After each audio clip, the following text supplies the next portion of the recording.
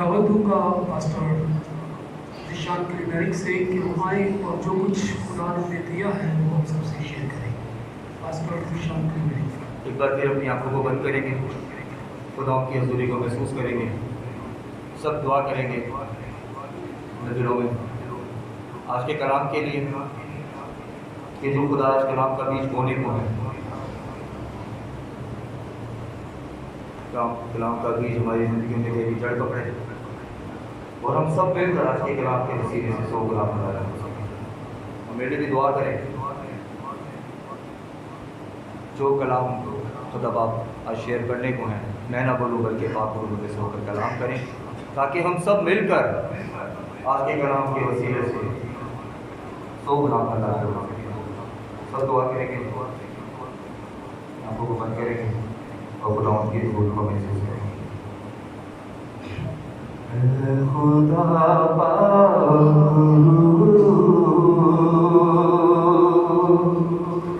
आज जुम्बश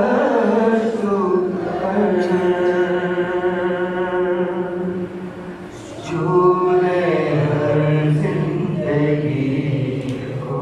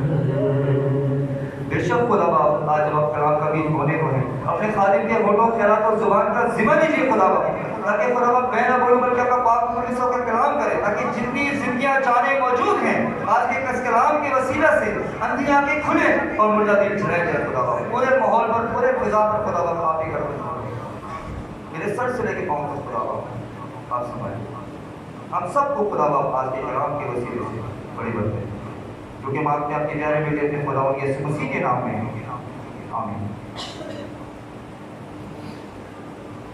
यीशु मसीह के मीठे और बरकत नाम में आप सबको सलाम। जैसा कि आज आप सब जानते हैं कि हम आज किस दिन को सेलिब्रेट करने के लिए जमा हैं, किस दिन को? Palm Sunday. और यही कहकर तमाम दुनिया जो है इस दिन को मनाती है। क्या वो कहते हैं कि पाम संडे, और कहते हैं पाम संडे मुबारक।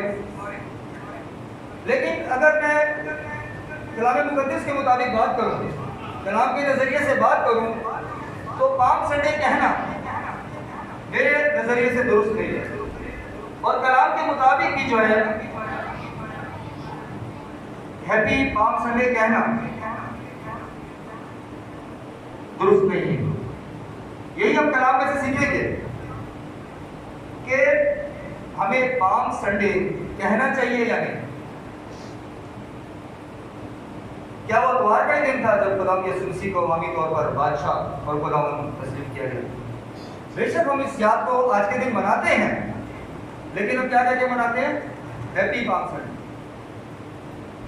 लेकिन ये पाम संडे नहीं है, बल्कि ये उससे भी बढ़कर है जिसको आज तक हम समझते नहीं हैं। क्योंकि आज के दिन जो हम सेलिब्रेट करने के लिए आज जमा हैं, वो है असल में उस दिन की सच्चाई जब यीशु मसीह को आमी तौर पर बादशाह और खुदावंद के तौर पर तस्लीम किया। ये हम याद को मनाते हैं। हम पाम के दिन को नहीं मनाते और ना हम उसकी डालियों को दिन को मनाते हैं, बल्कि हम किसको मनाते हैं? यीशु मसीह का यरूशलेम में शाहाना इस्तकबाल। हम उस दिन को सेलिब्रेट करते हैं कि किस तरीके से यीशु मसीह को वेलकम किया गया, किस तरीके से अवामी तौर पर खुदा यीशु मसीह को राजा भी तस्लीम किया गया और खुदावन भी। तो पर्सनली मेरा मानना और खुदा के कलाम के मुताबिक इसको पाम संडे कहना दुरुस्त नहीं है, बल्कि हमें जो विश करना चाहिए एक दूसरे को, तो कहना चाहिए यीशु मसीह का शाहाना इस्तकबाल यरूशलेम में मुबारक हो। इसको दिन को इस तरीके से मनाना चाहिए कहकर, ना कि उसको पाम संडे कहकर मनाना चाहिए। क्योंकि जब पाम संडे कहा जाता है तो बहुत से लोगों को इसका मीनिंग समझ में नहीं आता। लेकिन जब आप इसको उर्दू में ट्रांसलेट करें पाम संडे को, तो आपको पता चलेगा पाम संडे को उर्दू में कहते हैं खजूरों का त्योहार। तो क्या हम खजूरों का दिन मनाने के लिए आज जमा हैं? तो इसलिए यूं कहना पाम संडे मुबारक हो या खजूरों का त्योहार मुबारक हो, ये कहना क्या है? दुरुस्त नहीं है, बल्कि कलाम के मुताबिक ये गलत है। बल्कि हमें सबको एक दूसरे को विश करना चाहिए यीशु मसीह का यरूशलेम में शाहाना इस्तकबाल, यीशु मसीह का अवामी तौर पर राजा तस्लीम किया जाना और खुदावंद तस्लीम किया जाना मुबारक हो। इस तरीके से इस दिन को सेलिब्रेट करना चाहिए, ना कि एक दूसरे को कहना चाहिए पाम संडे मुबारक। और चूंकि डालियां खुदा यीशु मसीह के रास्ते में डाले गए, कपड़े डाले गए, तो यूं भी कहना कि खजूर की डालियों का दिन मुबारक हो, ये भी क्या है? गलत। आगे करेंगे। जैसे अब ये खजूर की डालियां हैं, ये इनका दिन नहीं है, ये सिर्फ डेकोरेशन के तौर पर है। मैं आपको खुल के अगर वाज़िया करूं तो मेरी नजर में इन डालियों की कोई औकात नहीं, कोई वैल्यू नहीं है, बल्कि वैल्यू है चुनाव की। वैल्यू किस चीज की है? चुनाव की। कि उस दिन आखिर हुआ क्या था? ये डालियां तो आम बादशाहों के सामने भी रखी जाती थी। जब बादशाह कबूल किया जाता था, किसी को तस्लीम किया जाता था, तो उनके सामने भी डालियों को रखा जाता था, बिछाया जाता था, लहराया जाता था। तो क्या चीज है जिस याद को हम आज मना रहे हैं कि वो आज के दिन को स्पेशल करती है? क्या चीज है जो आज के इस दिन को सेलिब्रेट करने को स्पेशल करती है? क्या वो खजूर की डालियां हैं? क्या वो खजूरें हैं? बल्कि आज के दिन की स्पेशलिटी ये है चुनाव। चुनाव जो है वो स्पेशल है, जो इस त्योहार को, इस दिन को, इस याद को स्पेशल करता है। नहीं तो ये रस्में तो आम इंसानों के सामने भी की जाती थी, लेकिन इस बार जो किया गया, जो हम सेलिब्रेट कर रहे हैं, तो वो पहले जो था वो इंसानों के सामने ऐसा किया जाता बादशाह बनाने के लिए। लेकिन यहाँ पर एक जलाली को, आसमानी को, खुदा यीशु मसीह को, जो आसमान से आए हमारी खातिर जमीन पर इंसानी बदन में, उनको अवामी तौर पर राजा और खुदा ये है स्पेशल। ये डालियां स्पेशल नहीं है और ना खजूरें स्पेशल है, बल्कि स्पेशल इस दिन में कौन है? यीशु। इस दिन की जो स्पेशलिटी है वो यीशु है। ये स्पेशल बनाता है, यीशु स्पेशल बनाते हैं इस दिन को। ये खजूरें स्पेशल नहीं बनाती, ना डालियां स्पेशल बनाती हैं कि हम सोचे जी हम डालियां सजा लेंगे तो हम क्या कहते हैं आज का त्यौहार मना रहे हैं।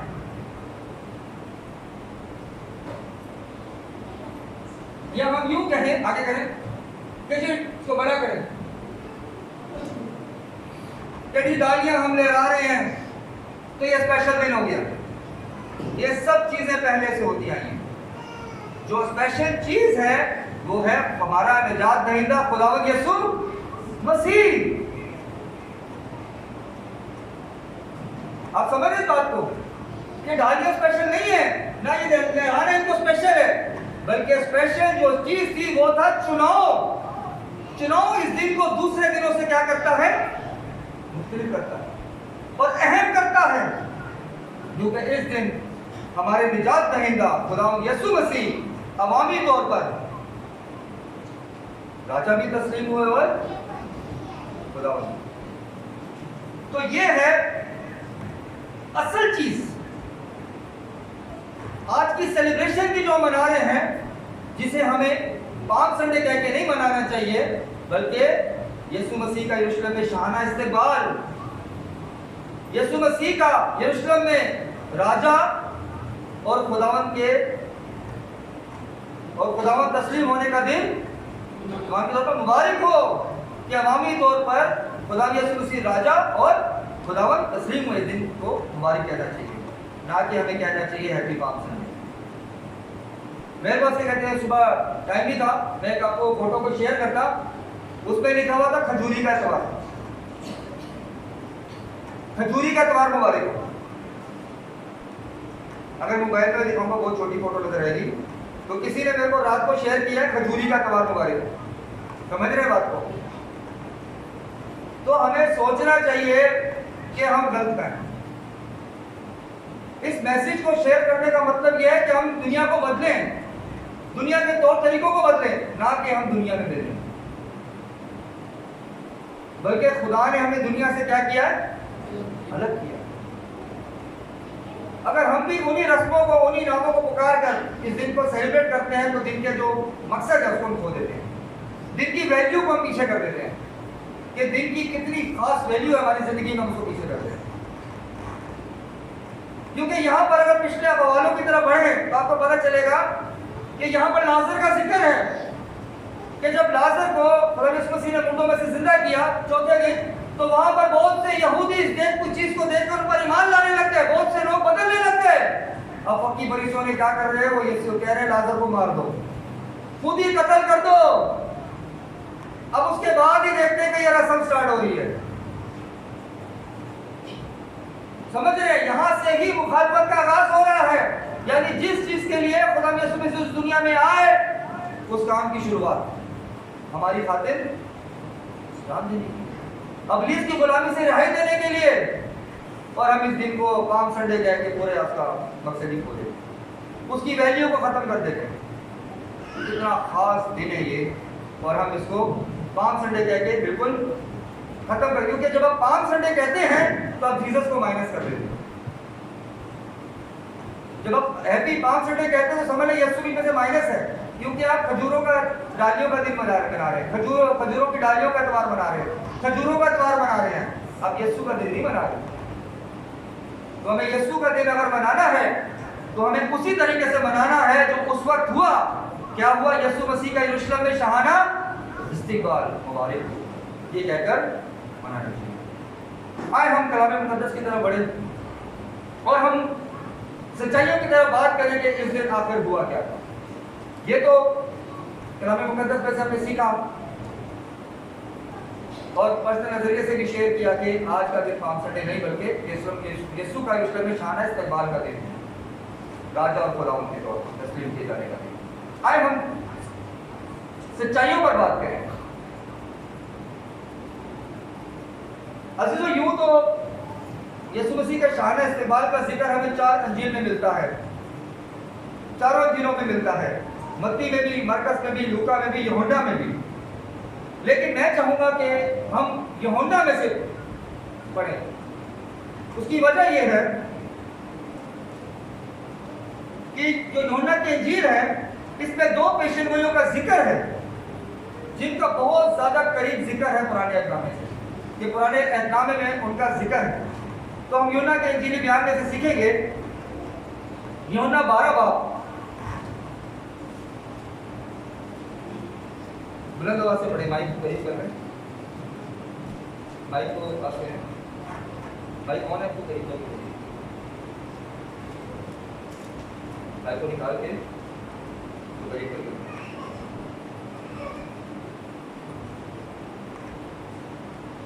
यूहन्ना 12 बाब और उसकी 12 से 15 है। आज हम यहाँ से सीखेंगे यीशु मसीह के यरूशलेम में शान इस्तेमाल। दूसरे दिन बहुत से लोगों ने जो ईद में आए थे ये सुनकर कि यीशु यरूशलेम में आता है, खजूर की डालियाँ दी और उसके इस्तेमाल को निकलकर पुकारने लगे कि होशाना, मुबारक है वो जो खुदावंद के नाम पर आता है और इस्राएल का बादशाह है। जब यीशु को गधे का बच्चा मिला तो उस पर सवार हुआ, जैसा कि लिखा है कि ऐ सिय्योन की बेटी मत डर, देख तेरा बादशाह गधे के बच्चे पर सवार हुआ आता है। अब तो यहाँ पर जो हवाले पढ़े गए, इसमें से हमें चंद बातें सीखने को मिलती हैं। पहली चीज है खजूरों की डालियां, वो क्या की गई, रस्ते में बिछाई गई और कुछ लोगों ने हाथों में भी ली। और फिर क्या हुआ, यीशु मसीह के इस्तिकबाल को निकले और क्या पुकारने लगे, होशाना, मुबारक है वो जो खुदावंद के नाम पर आता है और इस्राएल का। देखिए यहाँ पर साफ और वाज़ेह तौर पर हमें सीखने को मिलता है कि उन्होंने क्या तस्लीम किया, यीशु मसीह को बादशाह तस्लीम किया। लेकिन खुदावंद के नाम पर आता है और इस्राएल का बादशाह है। अजीब सोचने की बात यह है कि यहां पर जो लफ्ज होशाना है, इसका मतलब क्या है। अगर हम लोगों से पूछें तो अक्सर लोग होशाना का जो लफ्ज का मतलब बताते हैं, इसका मतलब बताते हैं प्रेस। प्रेस यानी तारीफ।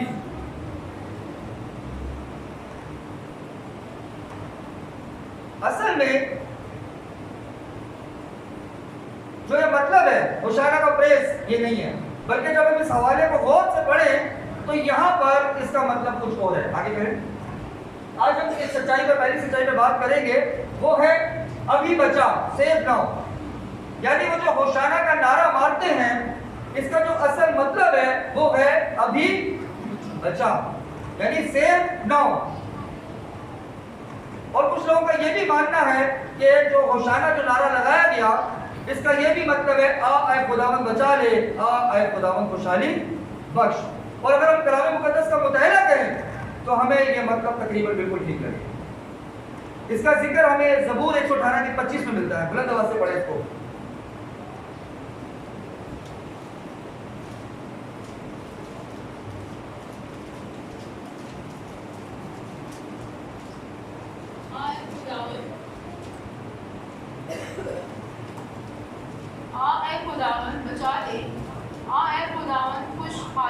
अब यहाँ पर क्या लिखा है, आ आए खुदावंद बचा ले, आ आए खुदावंद।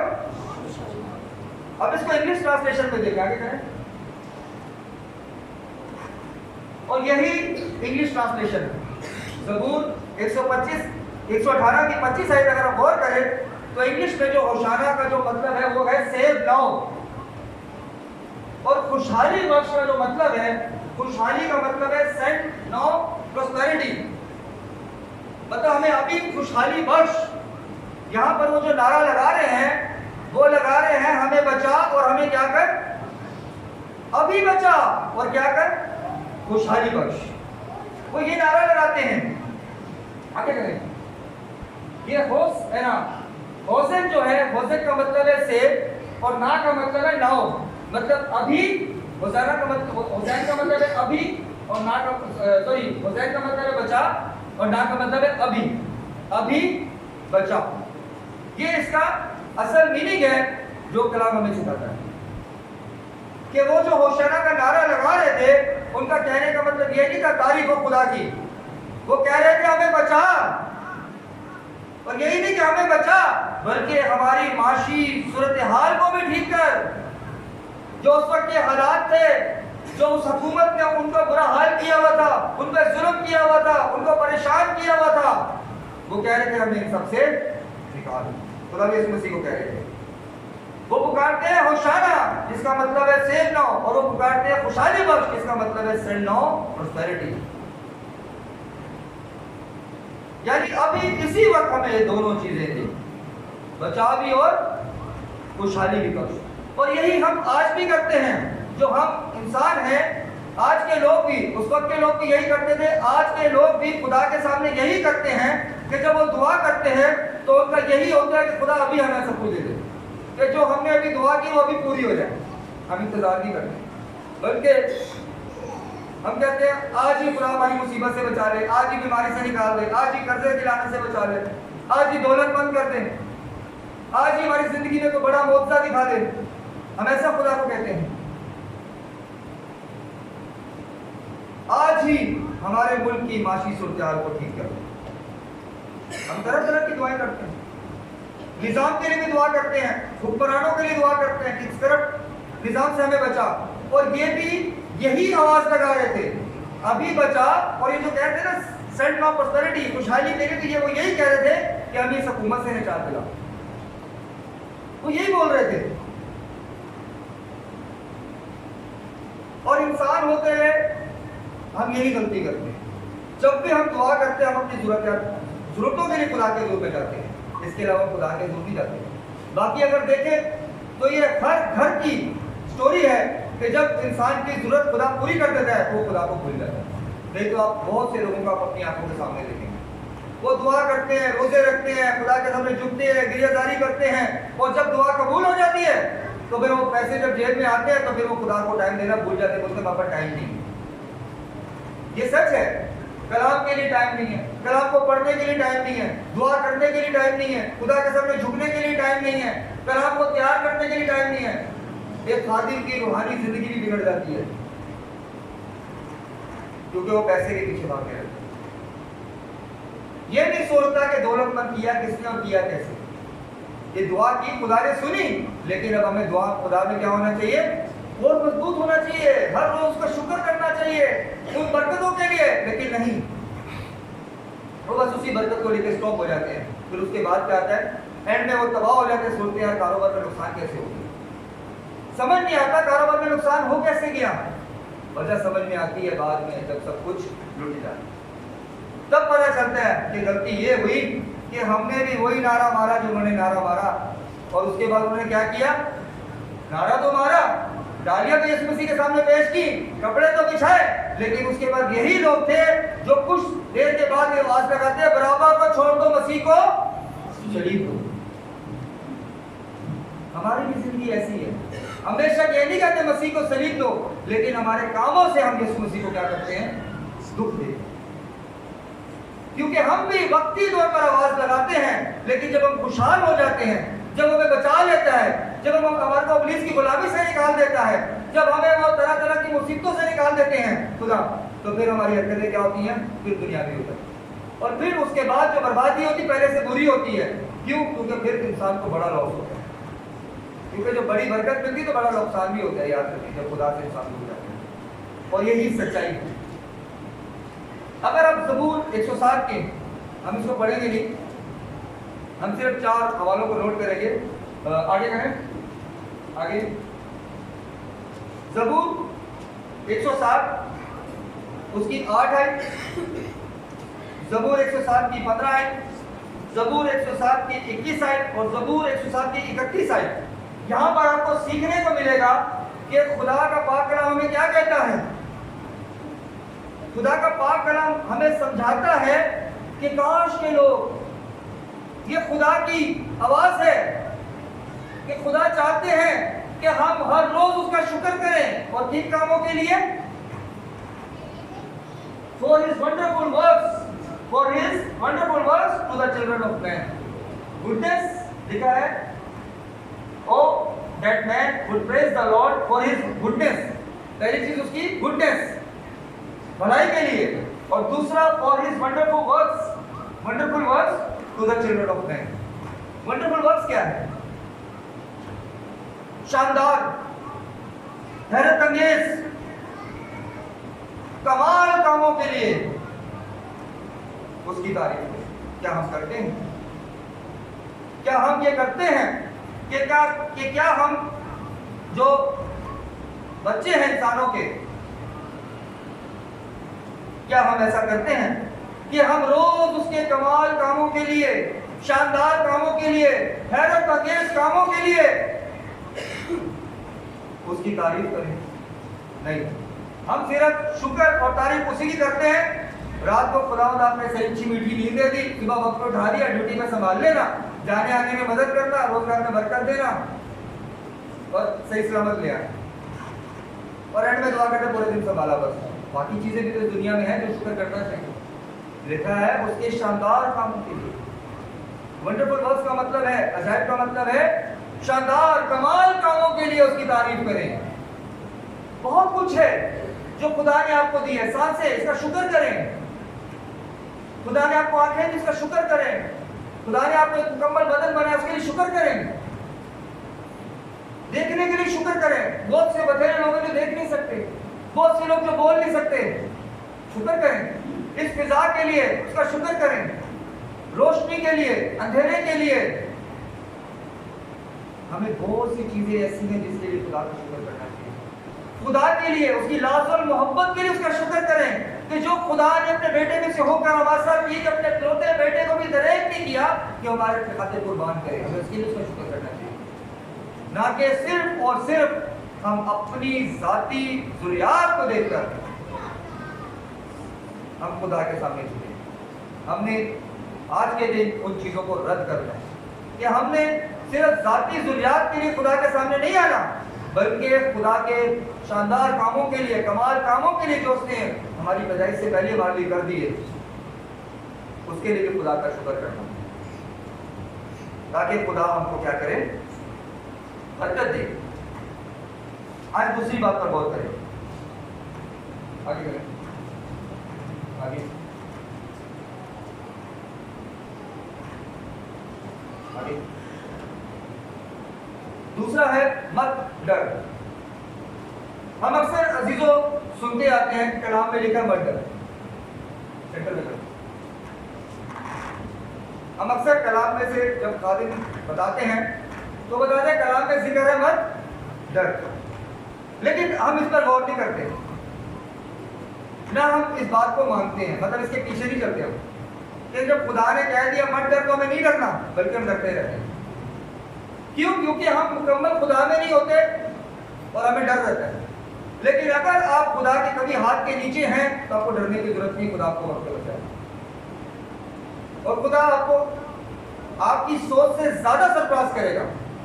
अजीजों, अगर कलाम मुकद्दस का मुतायला करें तो ये जो मत डर अल्फाज है, ये कलाम मुकद्दस में डायरेक्ट 100 बार लिखा गया।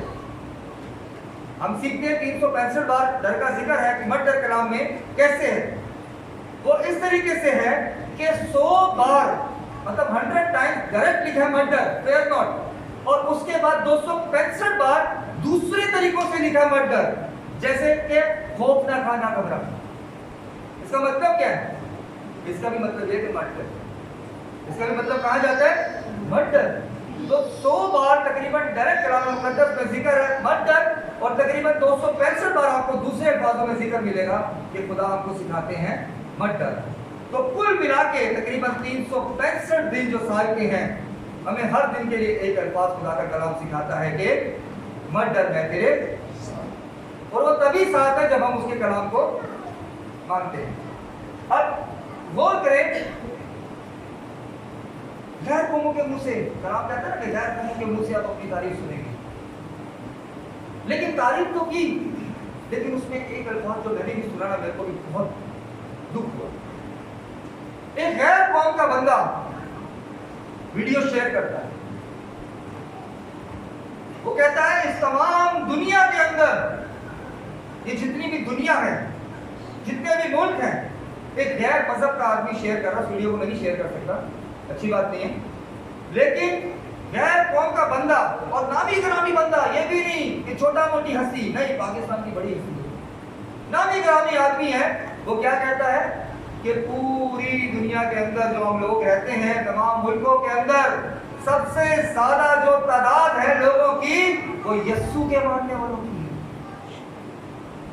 है ना। बड़ी बात कि वो इकरार कर रहा है, जो मीडिया इकरार नहीं करता, वो लोग इकरार करते हैं जिनको करना चाहिए। वो बहुत हाई लेवल का बंदा है गैर कौमों के अंदर, और वो क्या कह रहा है कि तमाम दुनिया के अंदर जो सबसे ज्यादा तादाद है वो उन लोगों की है जो यीशु को क्या करते, यीशु को बोले मानते हैं, बुलंद आवाज से बोले यीशु को मानते हैं। लेकिन वो आगे से क्या कहता है पता है? कहता है पर अफसोस की बात यह है कि यीशु को तो मानते हैं पर यीशु की नहीं मानते। समझ आ गई बात? तो यीशु को तो मानते हैं पर यीशु की, और ये हमें अपने दिलों में सोचना है कि ये सच है, क्योंकि हर इंसान में कोई ना कोई खामी पाई जाती है। और हम मानते इसलिए नहीं है क्योंकि हम समझते नहीं है कलाम का मतलब कि अगर मसीह दुनिया में आ गए, खुदा ने अपने बेटे को दुनिया में जाहिर कर दिया, तो ये अगर मसीह ने कहा है मत डर, तो हमें क्या करना है? नहीं डरना है। अब कलाम पर चले, छोड़ दे दुनिया को, दुनिया के पीछे ना चले, छोड़ दे दुनियावी रस्मों को, छोड़ दे दुनियावी दोस्तियों को, दुनियावी रिश्तेदारियों को, बल्कि कलाम में मस्त। तो ये 365 दिन कलाम आपको संभालेगा, साल आपको डरने नहीं देगा, बल्कि आपके साथ साथ साथ खुदा चलेगा और खुदा आपको बरकत पे बरकत देगा। यूहन्ना 12:15 भाई थोड़े सा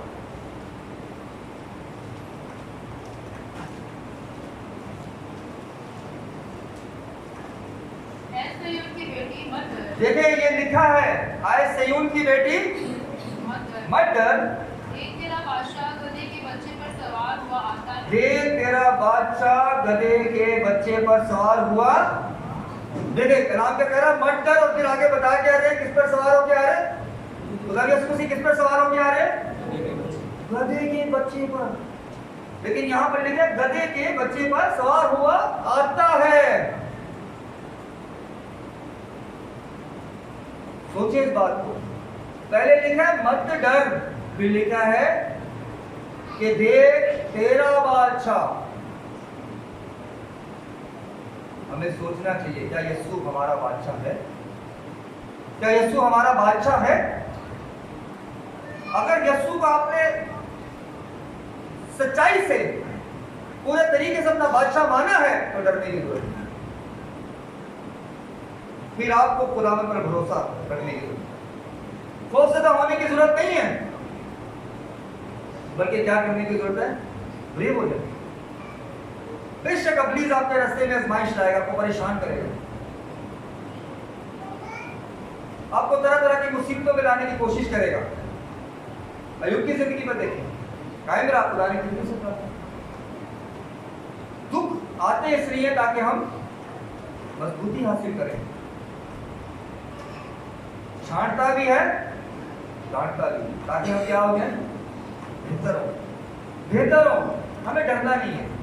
ये छोटी मोटी जो दुनियावी जो रुकावटें हमारे रास्ते में आती हैं, मसीहों के लिए आती हैं, अब दूसरे दुआ करें, लड़ने की जरूरत नहीं, इनसे दुआ करें और खुदा आपको इसको कर देगा, खुदा आपको इसका जवाब देगा, खुदा आपको संभालेगा। लेकिन डरना नहीं है। तो कलाम में लिखा है, देखिए यीशु मसीह की शान इस्तेमाल में क्या लिखा है? सिय्योन की बेटी मत डर, देख तेरा बादशाह गधे के बच्चे पर सवार हुआ।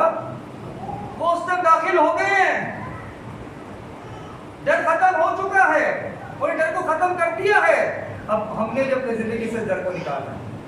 अगर डर में जीते रहेंगे तो तरक्की नहीं करेंगे।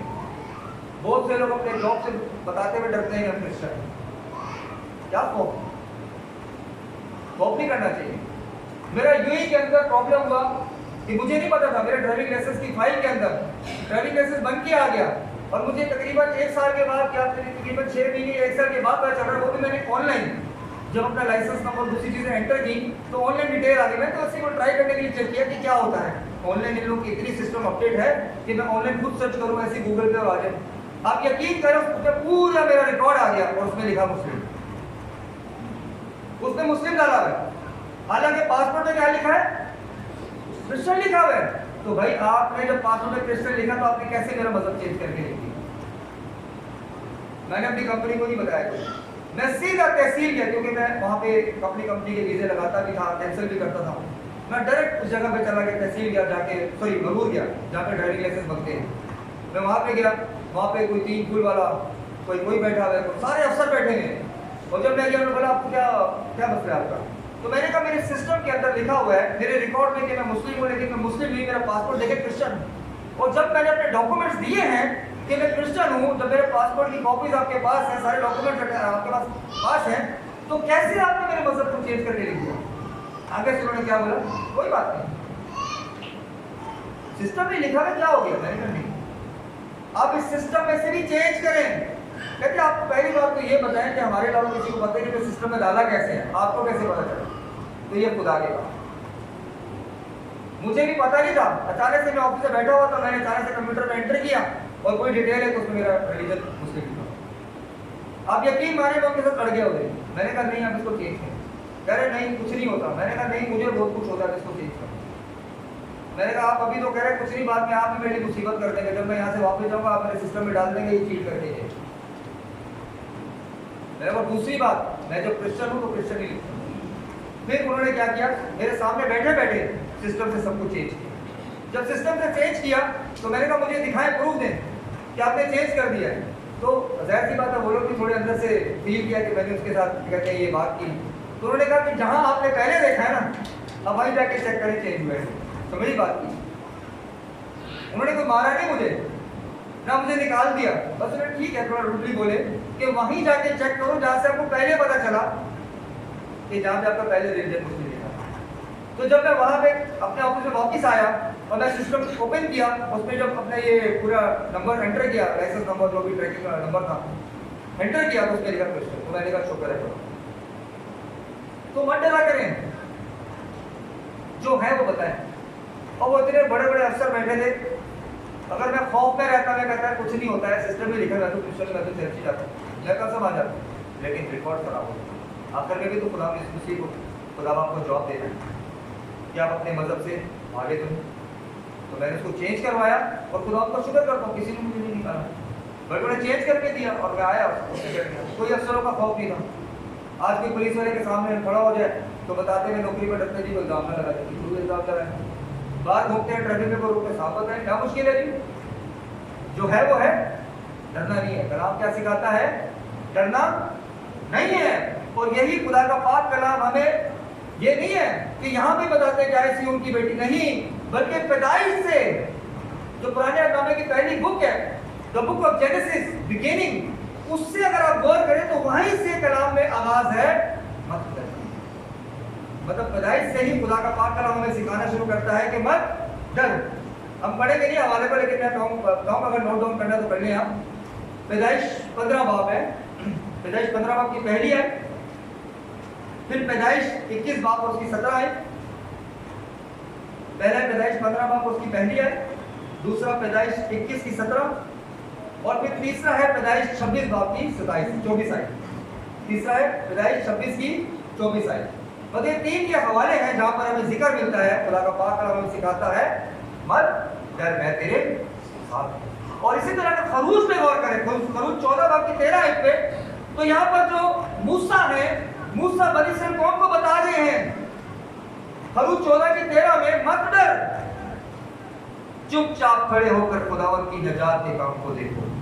क्या कहते हैं मूसा बनी इस्राएल कौम को कि मत डरो, चुपचाप खड़े होकर खुदा की नजात के काम को देखो जो वो आज तुम्हारे लिए करेगा। क्योंकि जिन मिस्रियों को तुम आज देखते हो उनको फिर कभी ना दिखोगे। अब यहाँ पर जो है इस हवाले के अंदर मूसा बनी इस्राएल कौम को बता रहे हैं, क्या बता रहे हैं कि मत डर और चुपचाप क्या करो, खड़े होके खुदा के निजात के काम को देखो। और निजात का काम क्या था? मिस्रियों की गुलामी से निजात। लेकिन यहाँ पर ज़करिया 9 बाब की 9 आयत में जो जिक्र है, बिन्ते सिय्योन ते निहायत शादमान हो, ऐ दफ्तर इस्राएल खूब ललकार, क्योंकि देख तेरा बादशाह तेरे पास आता है, वो सादिक है और निजात उसके हाथ में है। यहाँ पर इसका मतलब कुछ और है। वहां पर जो जिक्र है जो मूसा बनी इस्राएल कौम को बताते हैं, यहां से है मुल्क की गुलामी से निजात। लेकिन जो ज़करिया के अंदर जो जिक्र है 9 बाब की 9 आयत में, ये कबल मसीह जो है सन 518 से 520 के दरमियान लिखी गई। ये जो पेशन गोई है खुदा यीशु मसीह के लिए, जो ज़िक्रिया की बुक में मिलती है 9 में, ये सन 518 से 520 कबल मसीह जो है ये पेशन गोई की गई। क्या कहा गया? मत डर, देख तेरा बादशाह तेरे पास आता है, वो सादिक और नजात उसके। यहाँ पर नजात की बात क्या की जा रही है?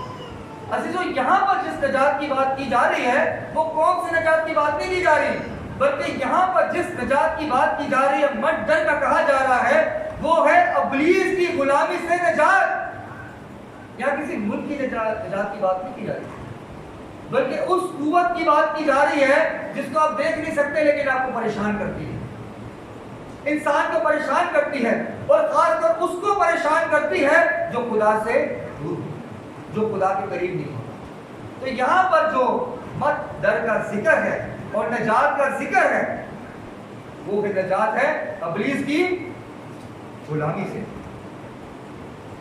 यानी इब्लीस जो है अब से आपके घरानों पर, आपकी जिंदगियों पर, आपके कारोबार पर और आपकी औलाद पर और आपके इर्द गिर्द के जो माहौल है उस पर हुक्मरानी नहीं करेगा, क्योंकि खुदा का बेटा। तो हमें क्या करना है? नहीं डरना। और यही चीज ईद क़यामत और मसीह के दिन खुदा यीशु मसीह ने मुर्दों में से जी उठकर क्या किया? इब्लीस की सारी कुव्वत को तमाम किया। 7वां कलमा क्या है? तमाम हुआ। अब सब कुछ खत्म है, इब्लीस की ताकतें खत्म है, इब्लीस का जोर खत्म है। अब जो मिलाप था इंसान का, जो खुदा के साथ खत्म हुआ था, वो यीशु मसीह ने दोबारा कर दिया, वो इंतजाम कर दिया। क्या कहा यीशु मसीह ने? जाओ सांप और बिच्छू को कुचलो और इब्लीस की सारी कुव्वत पर हावी पाओ। हमें डरने की जरूरत नहीं है। तीसरी बात पर गौर करें, तो सेंटर में करें। तीसरी बात है, नहीं जैसा कि हम तवक्को करते हैं। अक्सर हम लोग खुदा यीशु मसीह को अपने तरीकों से एक्सेप्ट करते हैं, अपने तरीके से हम उसके दिनों को मनाते हैं। जैसे कि मैंने कहा पाम संडे के बारे में, कि पाम संडे नहीं कहना चाहिए, बल्कि क्या करिए? यीशु मसीह का यरूशलेम में शाहाना इस्तकबाल मुबारक हो। यीशु मसीह का यरूशलेम में राजा और खुदा तस्लीम होने का दिन मुबारक हो, ये कहना चाहिए। हमने क्या किया हुआ है? हमने क्रिसमस को भी डिस्टर्ब किया, क्रिसमस में हमने सेंटा क्लॉज को एंटर किया, ईद क़यामत और मसीह में हमने ईस्टर देवी को एंटर किया, और इस दिन को जो हम मनाते हैं धूमधाम से, इसमें हमने पाम को एंटर किया। देखिए, मसीह के जितने दिन है हमने कोई ना कुछ अपने काम किए हुए हैं, अपनी हमने एडवांस टेक्नोलॉजी डाली हुई है, अपनी एडवांस सोच डाली हुई है। क्रिसमस हमने सेंटा क्लॉज को इंट्रोड्यूस किया हुआ है, ईद क़यामत और मसीह में हमने ईस्टर को इंट्रोड्यूस किया हुआ है, देवी को जिसको कलाम कहते हैं कि देवी की जान छोड़ो, पैदाइश से मुकाशफत और खुदा में कलाम में कहते हैं कि इस औरत को छोड़ दो जिसके खून मुकद्दसों के हाथ से रंगे हैं, लेकिन हमने हैप्पी ईस्टर ही बोल रहे हैं। देखना इस ईद क़यामत और मसीह में भी ऐसे ही होगा, कलाम भी होगा, सब कुछ होगा, लेकिन एंड में भी वही होगा, जैसे है वैसे ही है। हमने नहीं बदलना, चाहे कलाम खुदा का जितना हमारे दिमाग शेयर कर दिया, नॉट एज वी एक्सपेक्ट। हमें अपने तौर तरीकों से नहीं मसीह को कबूल करना, जैसे कि हम तो करते हैं कि जी खुदा ये करेगा, खुदा वो करेगा, या हम ये सोचते हैं हम ऐसा करेंगे तो ऐसा होगा। नहीं, हमें कलाम को कलाम के तरीके से कबूल करना। और यहाँ पर भी ऐसे ही हुआ। ये इस हवाले को पढ़े जरा दोबारा से, यूहन्ना 12 की 15 बुलंद आवाज से बात करिए। ऐ सिय्योन की बेटी, ऐ सिय्योन की बेटी, मत डर, देख तेरा बादशाह गधे के बच्चा पर, देख तेरा बादशाह गधे के बच्चे पर सवार हुआ आता है। अब यहाँ पर क्या जिक्र मिलता है? गधे के बच्चे। अब जब हम इस हवाले को पढ़ते हैं तो इसी की पेशेंट में ज़िक्रिया 9 में भी मिलती है। अब बिन्ते सिय्योन की न्याय शादमान हो, ऐ दख्ते यरूशलेम खूब ललकार, क्योंकि देख तेरा बादशाह तेरे पास आता है, वो सादिक है और नजात उसके हाथ में है, वो हलीम है और गधे पर, बल्कि जवान गधे पर सवार है। अजीजों, अक्सर जब हम इस हवालों को पढ़ते हैं तो हमारा मानना यह होता है कि जिस तरह डालियां खुदा यीशु मसीह के रास्ते में डाली गई, कपड़े डाले गए, तो उसी तरह गधे की भी जो है कोई हिस्ट्री होगी। लेकिन मैं आपको बताना चाहता हूँ गधे की कलाम मुक़द्दस में कोई हिस्ट्री नहीं, बल्कि गधे का जिक्र जो सिर्फ खुदा यीशु मसीह के साथ जोड़ा गया कि खुदा यीशु मसीह पर बैठकर आएंगे बल्कि जवान गधे पर बैठ कर आएंगे। और इसके भी हवाले भी मिलते हैं, ये बुलंद आवाज से पढ़े जरा। एहबार 23 बाब और उसकी 40 है।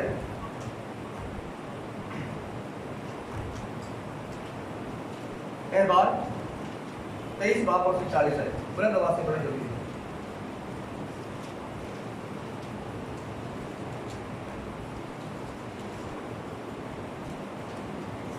पहले दिन खुशनुमा दरख्तों के फल। देखिए यहाँ पर क्या लिखा, पुराने नामे में क्या होता था, पुराने वक्तों में क्या होता था, बादशाहों को कैसे चुना जाता था। क्या लिखा, सो तुम पहले दिन खुशनुमा दरख्तों के फल, खुशनुमा दरख्तों के फल, ओके, और खजूर की डालियां। देखिए दूसरी चीज, खजूर की डालियां, और घने दरख्तों की शाखें, और घने दरख्तों की शाखें, आगे, और नदियों के भेद, और नदियों के भेद, आगे, मजनू लेना, ओके, और तुम खुदावंद अपने खुदा के आगे 7 दिन तक खुशी मनाना। लिखा है, और तुम खुदावंद अपने खुदा के आगे 7 दिन तक। अब दूसरा सलातीन 9 बाब की 13 में देखिए क्या लिखा है।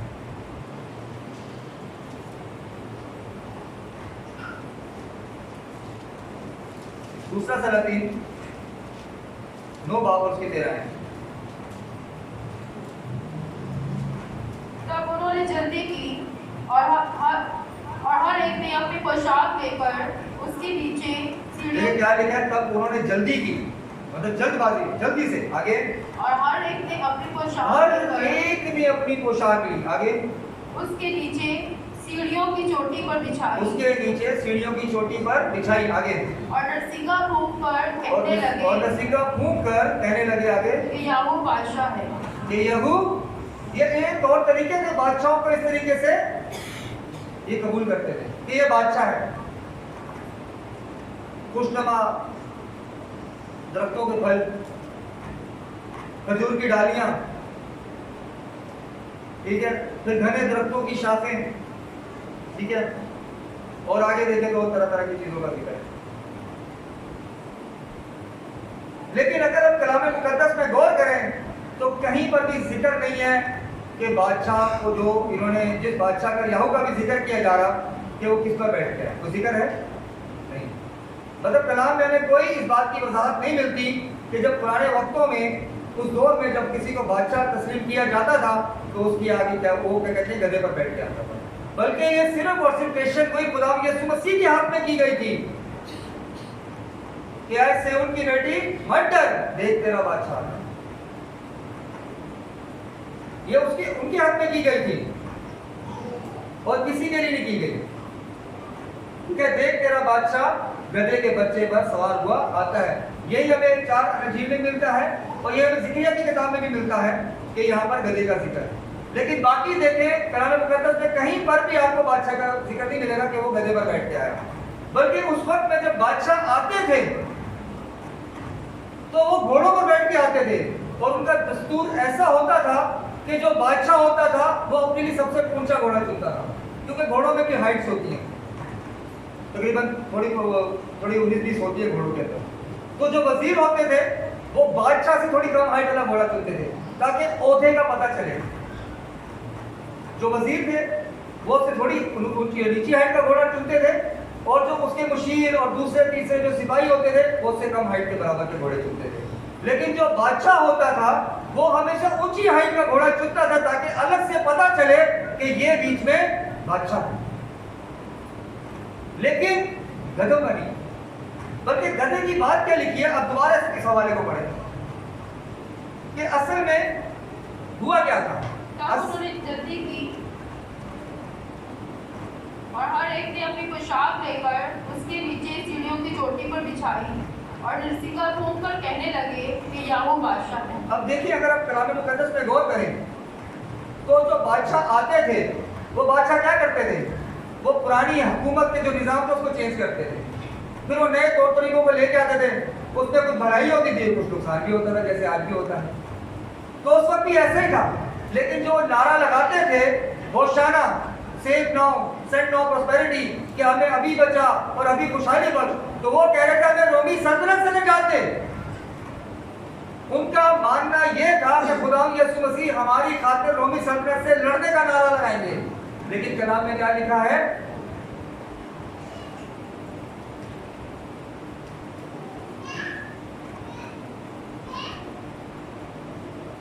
क्योंकि देख तेरा बादशाह आता है, वो सादिक है और नजात उसके हाथ में है, वो हलीम है। अगर गौर करें तो गधे से पहले लिखा है वो हलीम है और गधे पर, बल्कि जवान गधे पर। तो जो हलीम है वो जंग के लिए कैसे ऐलान कर सकता है, वो कैसे तलवार उठाएगा? यीशु मसीह तो और तरह की निजात लेके आए, अबलीस से, कुव्वतों से, जो आसमानी कुत्ते जो ये कहते हैं जो हमें दिखते नहीं आसमान में, जो अबलीसी कुत्ते हैं, उनसे हमें रिहाई देने के लिए आए। लेकिन वो क्या सोच रहे थे, हमारी खातिर यीशु मसीह जंग लड़ेंगे, बल्कि 10 आयत में पढ़े कि ऐसा क्यों हुआ। और 9 बाप और 10 आयत, और नहीं ज़िक्रिया 9 बाप और उसकी 10 आयत।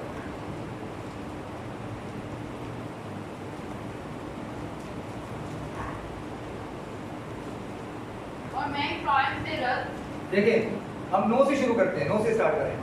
ए बेंते सिय्योन, ये देखिए कंटिन्यूअस वर्ड्स है। ऐ बेंते सिय्योन, तू नहायत शादमान हो, ए दुखते यरूशलेम, ऐ दफ्तर यरूशलेम, खूब ललकार, खूब ललकार, क्योंकि देख तेरा बादशाह तेरे पास आता है। देख तेरा बादशाह तेरे पास आता है। आगे, वो सादिक है, वो सादिक है और नजात उसके और हाथ में नजात है। उसके हाथ में है। वो हलीम देखिए है, वो हलीम है। आगे, और गधे पर, और वो गधे पर, बल्कि जवान गधे पर सवार है। और वो जवान गधे पर सवार है। आगे, और मैं फराइम से रथ, देखिए यहाँ पर लिखा है, यहाँ पर इसका सबूत मिलता है कि पहले बादशाहों को कैसे चुना जाता था। आगे क्या लिखा है 10वें में, और मैं इफ्राइम से रथ, इफ्राइम से रथ और यरूशलेम से घोड़े काट डालूंगा, और यरूशलेम से घोड़े काट डालूंगा। आगे, और जंगी कुमान और जंगी कुमान तोड़ डालूंगा। कि आज के बाद कोई बादशाह चुने नहीं जाएगा घोड़े पे जो जंग लड़े। और ना कलाम इस बात की वजाहत करता है कि खुदावंद यीशु मसीह के बादशाह और खुदावंद तस्लीम होने के बाद कोई बादशाह चुना गया जिसके आगे खजूर की डालियां डाली गई, कपड़े डाले गए। यीशु मसीह ने आकर सब खत्म कर दिया। ये है कलाम। ये कोई पेशन कोई दूसरों के लिए थी, सिर्फ यीशु मसीह के लिए थी। तो यीशु मसीह कौन है? सादिक और हलीम। यीशु मसीह कौन है? सादिक है। यीशु मसीह कौन है? हलीम है। क्या आप 10 को दोबारा पढ़ें? और मैं इफ्राइम से रथ, और मैं इफ्राइम से रथ, और यरूशलेम से घोड़े और काट मैं डालूंगा, यरूशलेम से घोड़े काट डालूंगा। काट डालूंगा। कि आज के बाद जो ये पुराने दौर में होता था, घोड़ों पे आते थे बादशाह, ये दौर ही खत्म कर दिया मैंने। कैसे? जवान गधे पर बैठ गए। समझ आई बात की? तो ये है नॉट एज वी एक्सपेक्ट, हमें अपने तरीके से नहीं, जैसा कि हम तवक्को करते हैं, बल्कि खुदा जैसा चाहता है हमें वैसी तवक्को करनी चाहिए खुदा से। वो रोमी सल्तनत के लिए नहीं आए, बल्कि वो तमाम दुनिया से, तमाम अबलीस की गुलामी से, तमाम दुखों से, परेशानी से निजात देने के लिए। आगे क्या लिखा है? और जंगी कुमान तोड़ डाली और जंगी कुमान तोड़ डाली जाएगी अब जब वो बैठ कर आएंगे। आगे, ये ज़करिया की पेशेंट हुई है। ज़करिया में ये कब होने वाला है? कि यीशु मसीह बैठ कर आएंगे। क्या लिखा है आगे? और जंगी कुमान तोड़ डाली जाएगी और वो कौमों को सुलह का मौका देखिए देगा। यहाँ पर देखें, वो सादिक और हलीम है, वो क्या करेगा? कौमों को सुलह का मसला देगा। वो सुलह का मसला देने आए तो वो जंग कैसे कर सकते हैं? बल्कि उन्होंने तो हमारी खातिर अपने आप को क्या किया? कुर्बान कर दिया। अगर वो आवाज एक सोच भी लेते तो ये दुनिया देश तो नबूद हो जाती जो यीशु मसीह को सलीब पर चढ़ाने वाले थे। लेकिन उन्होंने हमारी खातिर क्या किया? खामोशी से सारे दुख को बर्दाश्त किया, ताकि खुदा बाप का जो इरादा, जो मोहब्बत है, जो खुदा यीशु मसीह से जाहिर होने को है, उस काम को क्या करें? मुकम्मल करें। आगे क्या लिखा है? और उसकी सल्तनत समुंदर से समुंदर तक, उसकी सल्तनत समुंदर से समुंदर तक, और दरियाए फरात से इंतहाई जमीन तक, और दरियाए फरात से इंतहाई जमीन तक आगे होगी। और यही बात मैंने आपको बताई है कि हमें जरूरत नहीं, गैर कौमें इस बात का सबूत देती हैं। वो खुद अपने मुंह से बयान करती है जिनसे आप डरते हैं, मत डरा करें। वो खुद कहते हैं तमाम दुनिया के अंदर सबसे ज्यादा जो मानने वाले लोगों की तादाद है वो यीशु मसीह के लोगों के मानने की तादाद। तो हमने क्या करना है आज? हमने यीशु को मानना है, यीशु की भी माननी है, यीशु के कलाम की माननी है। वो बचाने को है, उन्होंने बचाने का इंतजाम कर दिया। उन्होंने कहा मत डर, हमें नहीं डरना है। और तीसरी बात, हमें अपने तवक्को के मुताबिक उनको नहीं कबूल करना, बल्कि कलाम के मुताबिक खुदा यीशु मसीह को अपना निजात दहिंदा और खुदावंद कबूल करना है। और अब से पाम संडे ये ना चर्च के बाद सुन रहा हूँ कि मुझे विश कर रहा है हैप्पी पाम संडे, बल्कि क्या कह रहे हैं, यीशु मसीह का यरूशलेम में शाहाना इस्तकबाल मुबारक हो। आप सबको मुबारक हो। कलाम के वसीले से खुदा बाप हम सबको बहुत बरकत दे।